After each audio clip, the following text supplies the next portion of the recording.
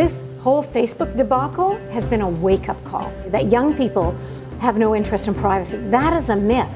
This is huge. It will be raising the bar on privacy dramatically. Total game changer. We have reason to be optimistic. Welcome to Culture Warriors. I'm here with Dr. Ann Cavoukian, and who better to chat with in light of all of the scandals that are going on with Facebook, our own privacy and data being compromised. Dr. Cavoukian, you're now leading the Privacy by Design Center of Excellence at Ryerson University, but you have been at this for so long. You served as for the longest serving Ontario Privacy Commissioner, 3 terms, unprecedented. Then went on and did the Big Data Institute and Big Research and Data Institute at Ryerson. You've been sounding the red flag and sounding the alarm for many, many years on our privacy. How did this all come to be for you? You know, I was so fortunate. I did my PhD at University of Toronto in psychology. I'm actually a psychologist, but I also did courses at the law school and the Center of Criminology. So I had a real interest in taking a legal approach to these issues. My first job was the Director of Research at the Ministry of the Attorney General because they wanted me to convince lawyers to take an empirical approach to these issues. And I applied for the commissioner's position, and my interest in privacy just grew dramatically because the World Wide Web was just starting in the early 90s. We're riding on the internet, cyberspace, set free, hello virtual reality. And privacy issues took off.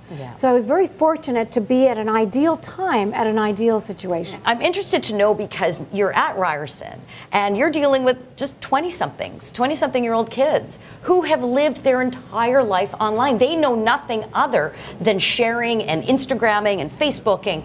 As Rich told you, we installed the internet on our computer just a short time ago, and I haven't been able to get the kids off it ever since. Not only do they play the typical computer games that all the kids enjoy, but their curiosity for learning has skyrocketed. What kind of conversations do you have with them? What's the myth is that kids, I say that respectfully, that young people have no interest in privacy. That is a myth. That, in study after study, has been dispelled. You and I, we're employed, we have interests, we have family, we have money in the bank, we want to protect those interests.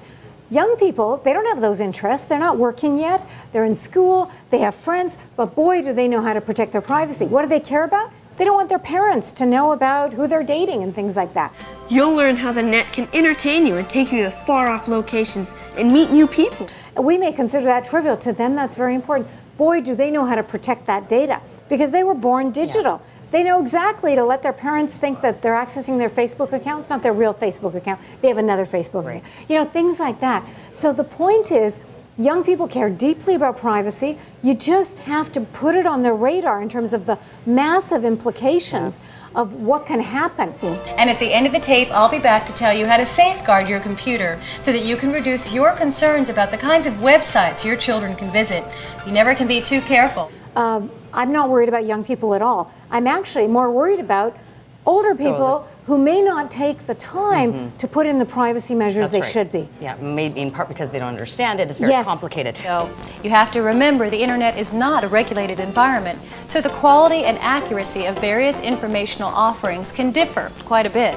So one thing that is on the minds of a lot of people is whether or not our governments are spying on us. And this is not you and I having a conversation with our tinfoil hats, you know, tightly wound around our heads. Well, I thought I'd wear my tinfoil hat today because a few years ago, I told you that the federal government monitors everything you do on the internet and everything you say on your phone. This is just a big reality that every little bit of data, every little bit of information, everything from facial recognition as we move forward in artificial intelligence and new technology, these are our new normals. So how are we as individuals able to protect ourselves? Unfortunately, our governments are tracking our activities and engaging in surveillance. Old Samsung now admits in their so-called privacy policy that their new smart TV can actually monitor your conversations.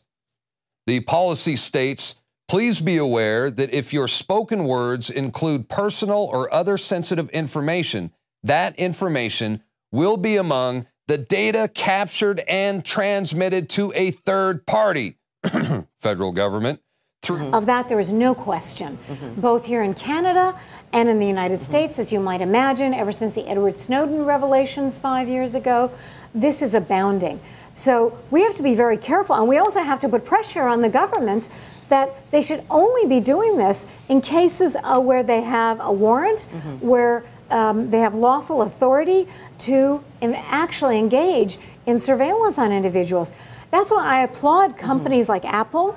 You know, Apple defied James Comey in his previous role when they wanted Apple to spill the beans on this terrorist and basically do something that Apple does not do. Apple gives people end-to-end encryption, which is what they promise their users. I love it. Everyone loves it. I can imagine the conversations around your family's dinner table when you get together for occasions, and they must pepper you with these questions like, what do I do, Anne? How do I make sure that I'm safe? How do I make sure that my information isn't floating around out there? Same information that, you know, we just readily give on any given day. So you can take a few small measures that don't require a lot of work and effort, like the search engine you use.